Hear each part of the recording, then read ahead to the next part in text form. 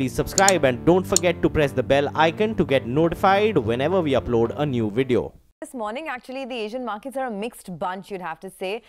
Some of those markets are staging an attempt to recover, but Shanghai, Hong Kong, all these markets are trading in the red. For us, the incremental bad news comes from Brent crude, which is almost at $70 a barrel now. So don't lose sight of that. But our research team is here to give you the list of top 10 stocks to watch as we head into trade this morning. So let's welcome all of them.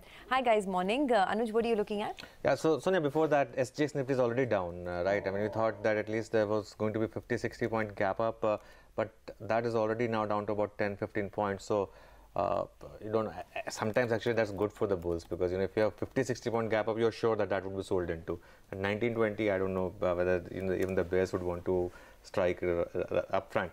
But in terms of stocks to watch, just for the first half, because second half could be really all over the place. IGL, I think it's a stock which has bounced back from 200-day moving average. It's a stock, remember, which used to make lifetime highs every month. It's seen its first correction in a 3-year bull market.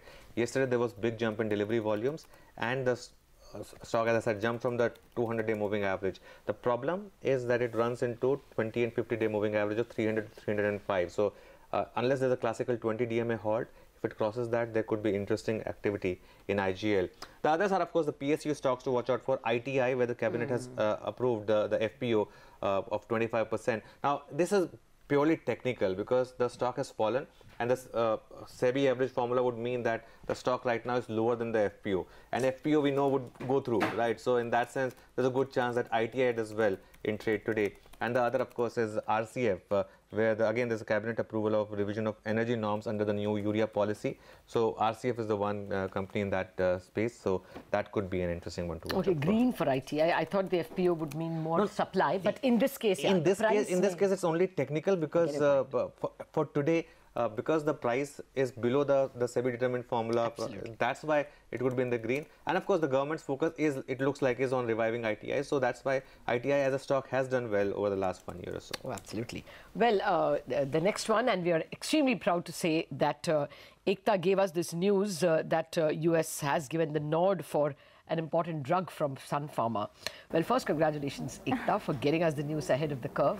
But tell us more, what is the importance of this drug for Sun Pharma? Lata, this is actually important. It's a milestone approval for Sun Pharmaceuticals because this is a branded drug in their specialty segment. Generally, companies receive the generic form of a particular branded drug that already exists in the market. But Sun Pharma, which had outlicensed this drug from Merck some time ago, has now managed to get the US approval and launch this psoriasis drug under their own brand name in the US market. So basically, that would be the key talking point for Sun Pharma. Despite the fact that this market is extremely competitive already, it's growing in single digits. The market size is up to around 8 to 9 odd billion. But the point is that they have managed to differentiate themselves in the specialty segment. It's their third launch in the past 18 months. And hence, because of that, and also the fact that they stuck by their guidance, is the reason why you'll see the stock in the green today. Okay, stock in the green today. But just want to make a point here that the market expected this, and if you're buying at the gap up, you run a risk of buying at intermediate top, because there are bigger problems, of course, still for Sun Pharma. It's in a bear market of its own. But let's move on then. Oh yes, so let's talk about crude, right? Because once again, crude is an escalating problem for our markets, almost at $70 a barrel now, and we're already sitting with a fat import bill, remember. Manisha joins in to tell us the latest over there. Manisha? Well, thank you so much for that, Sonia. Yes, it's a 7-week highs that you are looking at the crude oil prices, very close to that $70 mark for the Brent prices, and 65 has been taken for the US crude as well. If you look at the kind of lows that we hit in the month of March itself, we are 10% off from there. So it has been a good surge that you have seen come in for the crude oil prices. Count the fundamentals and you have seen a decline in the US inventories, not just the crude inventories, but gasoline and distillate as well. And that's very unusual for a seasonal demand period like this. OPEC compliance is at 138%. You also are looking at geopolitical tensions which are arising between Iran and Saudi Arabia. And add to that the US dollar weakness that we saw overnight, that has been supportive as well. If 70 is taken, then 71.5 is a near-term resistance which the crude prices have seen in this quarter of 2018. But the charts just got bullish on this one. Okay, Manisha, thanks a lot for that. We'll keep an eye on all the oil marketing companies, aviation stocks. Let's see how they react. But Lata, you were talking about this Credit Suisse report on SBI. Yeah, you know, in the shadows of Manisha raising the crude ire, I don't want to say green on SBI because higher crude is higher inflation. Higher inflation is not good for banks immediately for their bond portfolio. I'll put that caveat, but just say that, you know, Credit Suisse understands financials like no one else does. I have great regard for Ashish Gupta, and the note is generally positive. They, of course, expect Q4 to be weak. They hosted SBI at their conference that's underway in Hong Kong, and they believe that, you know, while Q4 will be weak, the treasury losses they expected are going to be lower than what they originally estimated. As well, the bank was pretty confident that in FY19, the slippages will go to below 2% of the book, and aggregate slippages will be lower than aggregate now because a lot of those NCLT things will move out. All told, the tone sounds positive, although the target price remains at 381 rupees, which it was even before the presentation at the investor meet. It's just that overall positive tone, I thought, would have been positive, but today crude may take it away what Credit Suisse giveth. Okay, we'll keep an eye out on that. But let's move on and talk about Binani Industries. Nigel's watching that this morning. Nigel? Well, you know, Sonia, yesterday there were newspaper reports that suggested that there was a forensic report that had come out with from Hari Bhakti. In fact, we here at CNBC TV18, we have managed to access that particular report. We have the hard copy with us. And in fact, there are three broad details that they're talking about in terms of suspect transactions. Point number one, they're saying there is reportedly a related party transaction. And for that, the money really hasn't been received by Binani Cement. That amounts to nearly around 480 crores. That's point number one. Point number two is there is an intercorporate deposit that has been given by Binani Cement to Binani Industries, and that amounts to around 1,100 crores. That, in fact, hasn't been received back. And point number three is the unpaid interest on this particular deposit at around 13% is what they have calculated it, and that amounts to around 380 crore rupees. So on the back of this and on the back of this forensic report, which is in our possession, I believe that in fact Binani Industries could continue to be under pressure, but we'll also be keeping an eye out on Ultratech Cement as well as Dalmia Cement for the next couple of days because there's an NCLT meeting that's scheduled for later today.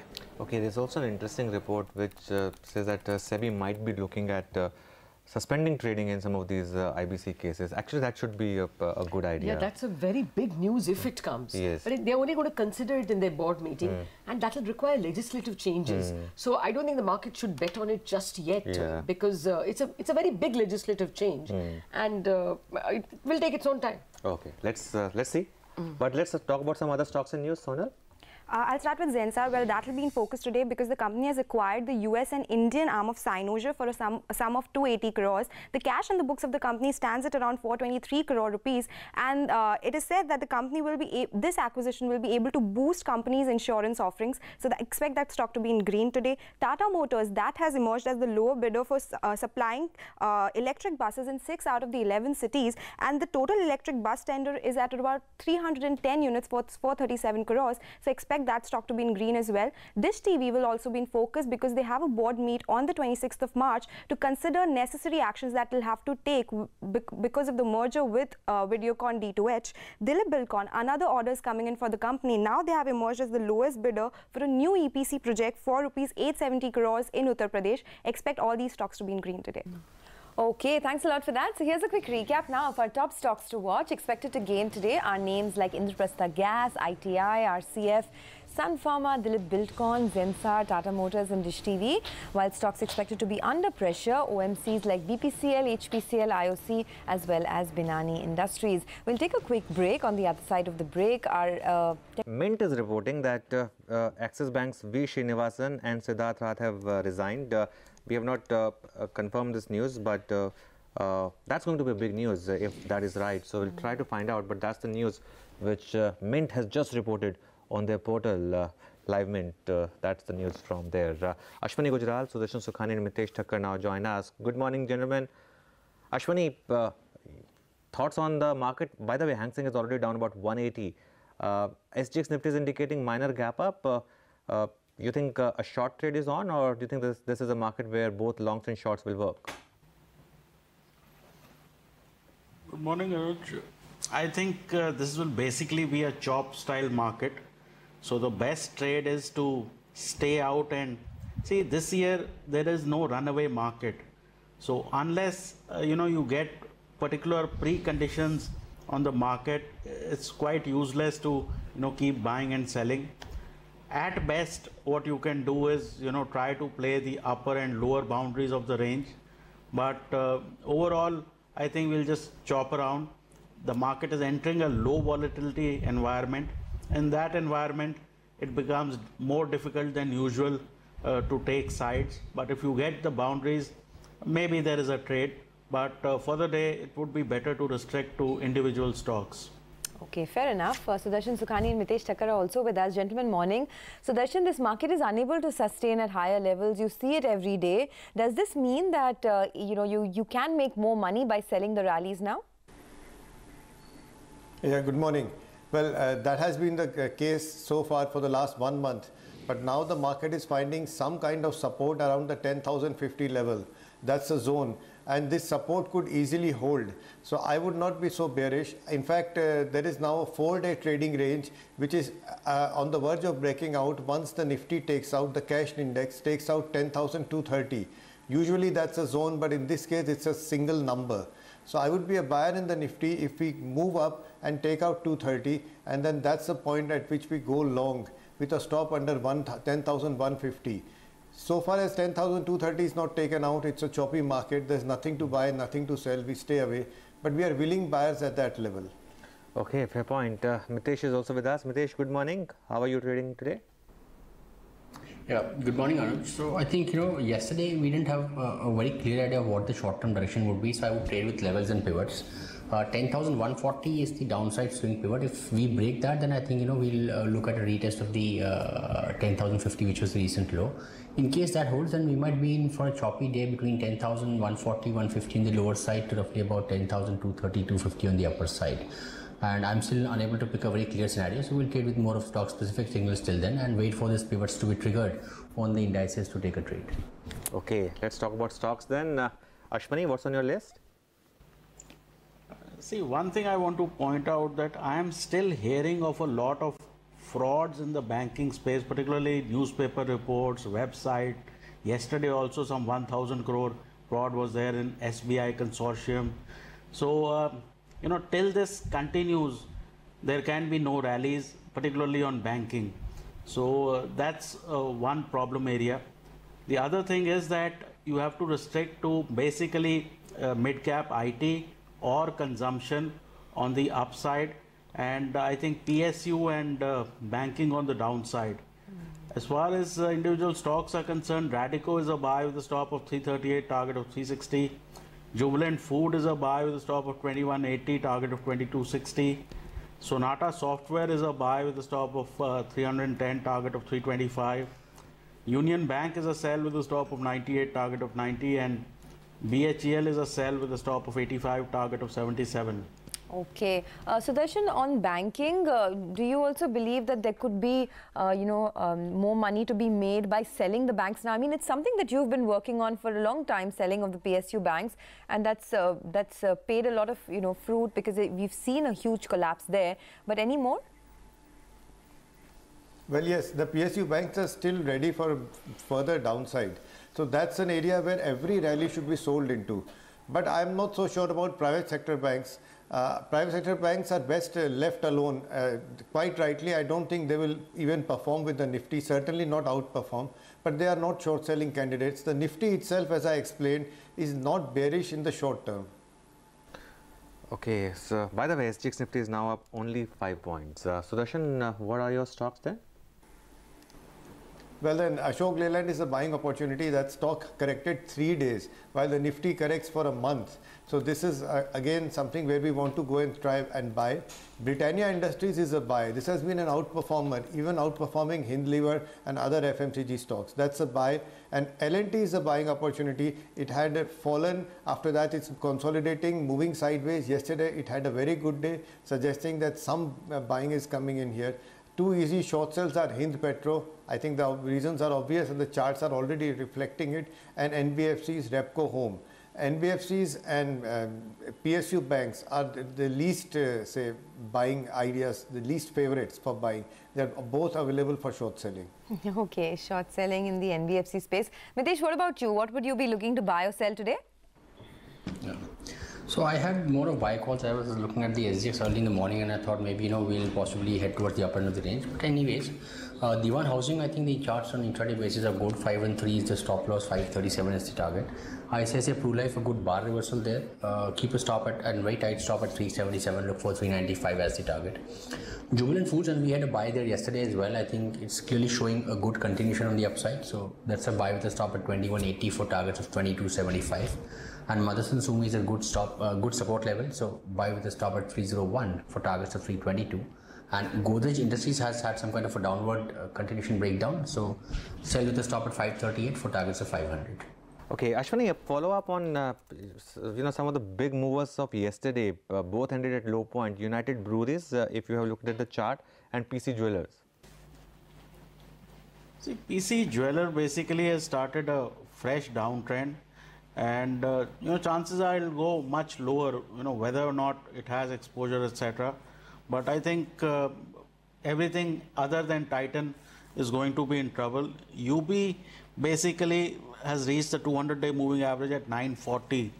Now, so far there is no indication of a turn, but generally from a 200-day moving average, these things start to move higher. But if I have to do consumption, I'll probably do Radico, Khaitan or Jubilant Food. I don't think this is topping my list. Okay, well, we'll come back to you guys in a bit, but for now, let's also get some F&O strategies out of the way. Manoj Muralidharan of Religare Securities is with us. Manoj, hi, good morning. What are you doing on the F&O side? What are you buying or selling today in terms of individual stocks? Good morning, Sonia. Sonia, I guess this month of March, has been very ambiguous. We have not really seen a clear direction come in, and there is certainly pressure which comes into from the Bank Nifty, and that is exactly why the Nifty has also failed to stage a pullback. Now, ideally, what we feel is yesterday's trade there is some short covering which has happened. Obviously, it might be because of the impending event which was there in yesterday's trade. So, what we believe is there is a prudent possibility of some short covering in Bank Nifty because of the expiry event which happens today. So precisely we will advocate buying a 24,500 call option. You can buy it between 25 to 35, that is the premium, and the stop loss should be around 6 to 8 rupees on that, and the surge in the Bank Nifty can be somewhere close to at 25,020 odd. So we are expecting the price of the premium to somewhere be between 60 to 80, so that should be the target. Same goes with the Nifty as well. We are expecting the Nifty might stage a pullback, and that might happen in the second half. There is good amount of put writing happening along with some long build-up. So we believe that the continuation pullback might happen possibly in the second half of the day. And what about other individual stocks, Manoj? What would you be looking at today? I would recommend shorting Repco Homes. Needless to say, the stock is actually seen good amount of short built up, and because it is expiry, we are expecting that we have distribution. The cash might come, so 562 roughly short that with a stop loss of 574. We are expecting a target of 530 on that. Marico happens to be a buy. We believe these are typical stocks, which runs good on T-5 to expiry. So we are expecting that long rollover to happen, and Marico has a good buying which happens. So somewhere close to 322, we would recommend that. The stop loss should be 315, and a weighted average price of 340 to 342 should be the target of Marico. Okay, Manoj, thanks a lot for stopping by and taking us through those strategies. The SGX Nifty for now is absolutely flat, so we've actually lost a bit of ground on that front. Let's see how we take it up when the markets open. When we come back on the other side of the break, we'll also focus on the big approval for Sun Pharma for that psoriasis drug. To the show, Sun Pharma will be in focus today. The US FDA has gone ahead and approved a generic branded drug, Ilumya. Remember, this is to treat the psoriasis, psoriasis issues that people have. Deepak Malik of Edelweiss Securities joins us on the phone line to discuss the potential of this. Deepak, hi, good morning. We know the market size of this drug and the fact that it's a positive, but for the stock itself, do you think there's anything in this news flow that can take the stock out of the slump? Because it's been in a bear market for a very long time. Yeah, hi, good morning. So first thing, it's not the branded generic, so it is a specialty drug for the sun. So it will be the first time anybody from India will be launching this specialty drug in the US market, in a big market. So it's a good molecule, but the but the thing is that he is the sixth player in the psoriasis market entering into with IL-23 molecule. So Sun is entering into a crowded market and quite late in that, but nonetheless it's a big market, $3 billion market, and it's a good molecule, and hopefully he can make around $200 to $300 million revenue in the next 3 to 4 years. So yes, it's a good news for the Sun, but stock price will depend on how the estimates changes and how the earnings trajectory changes. So, and also will depend on what kind of guidance Sun management will give next quarter, because even though this is a positive news, but in the next year I don't think a lot of revenue will come in because of this, because it will take another 6 months to launch this drug, and then in the first year hardly anything will translate into the bottom line, because a lot of expenses would require to be done to create the front end in the market for this selling of this drug in the US. So I think it's a positive news, but this will not impact our earnings because it has already been baked into the earnings. Oh, I see. Okay. Good morning, Deepak. So what is your current target price on Sun Pharma? So my current target price is around 530. All right. And you don't see any other near-term triggers for you to push up Sun Pharma? So two things which will define the Sun Pharma trajectory over the next 1 year or so. First is obviously how this drug will ramp up going forward, because as I said, it is the sixth guy entering into the market, so expectations are not very high. So if he is able to do better than expectations, then obviously the stock price will do good. And second is what happens in Halol, because even though he has got 3 observations, but still it is not clear, is he out of OAI or is he not out of OAI? Will he start getting the approval from Halol or not? Because for Sun, US business is the largest component, and in US the revenue has almost become half in the last 1.5 year. Now these two triggers which will bring back the US revenue on track will define the success of Sun going forward. So we are keenly awaiting what will happen in case of Halol and how good ramp up happens in case of tilrakizumab. Okay, Deepak, thanks a lot for joining us. So tilrakizumab is promising, but it's a very competitive market at the moment, and of course everything will depend on what's happening with Halol for Sun Pharma. Let's do one. Let's just take a technical check also on Sun Pharma. Ashwini, how do you approach the stock? Yesterday ended at low point.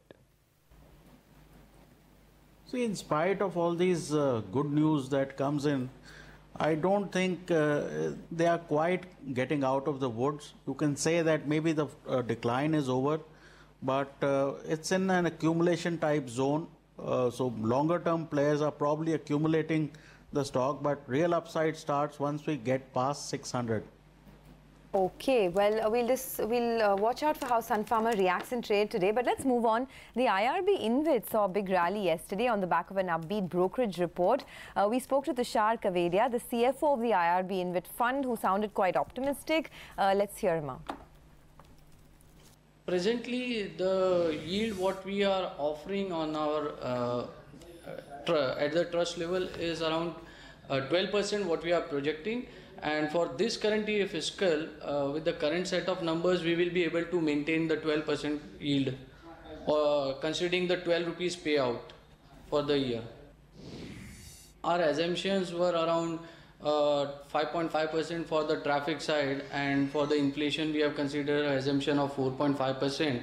So considering this kind of growth, we have planned our payout, which comes out to rupees 438 during the life of its asset. So considering the growth in the states and the revenue numbers what we are achieving today, we feel that the assumptions what we have considered for the payout during the whole tenure of the trust would not be difficult. Most of the projects have seen the 2 years history of their 2 years operational history, and they have given more than 11% of CAGR for their operational period. Some of the projects have given more than that also, like the Surat Dahisar and the Bharuch Surat. They have given the CAGR of more than 12%. At present, the leverage is say 20%, which is 15 billion at the trust level, which is 1/5 of the present book value. And we may lever it up to another 45 billion rupees. Okay, Devin Choksi is with us from KR Choksi Securities. Devin, good morning. Good to have you on the show. Your thoughts on the kind of correction we have seen, and you reckon there's more to go, or do you think it's time to now start building portfolios again?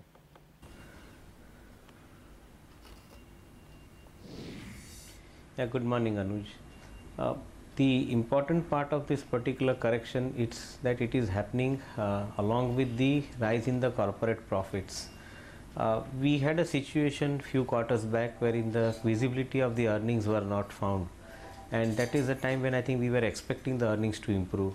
Since last quarter, we have been observing the earning improvements actually happening, and as we gather from the understanding with the companies, I believe that I think this quarter would be even better than the last quarter. Going forward, I think we are expecting 6 to 8 quarters of strong earning growth coming in from the Indian corporates, largely because of the fact that I think the economy has started producing better performance. The GDP growth has started moving up as well. So on one side, if the earning visibility has started improving and the earning growth is promising to be in the vicinity of somewhere around 15 to 18%, even more in some cases, you have on the other side, I think some of the headwinds continuing from the global market side as well as from the Indian political scenario side. I think that is keeping the market under check as we understand. However, I think this correction, as we call it in the market, is typically a correction in which we find in the bull market due to any such reason, I think the ones which we can talk about. According to me, I think this correction is an opportunity. It's a buy opportunity. Every dip in the market, particularly I think on individual stock specific, when you have to look at the companies and the valuations therein, gives an opportunity to add this in the companies into the portfolio. We clearly see, as I said, I think the good amount of earning growths happening over next 6 to 8 quarters continuing, and that's where I think we believe that I think any fall in the price and the discounted valuation would be an opportunity to buy into. Okay. Well, we'll just come back to you with a lot more questions. Devin, do stay on. It's just a few seconds, a few minutes for the pre-opening. We're taking a quick break and we are back.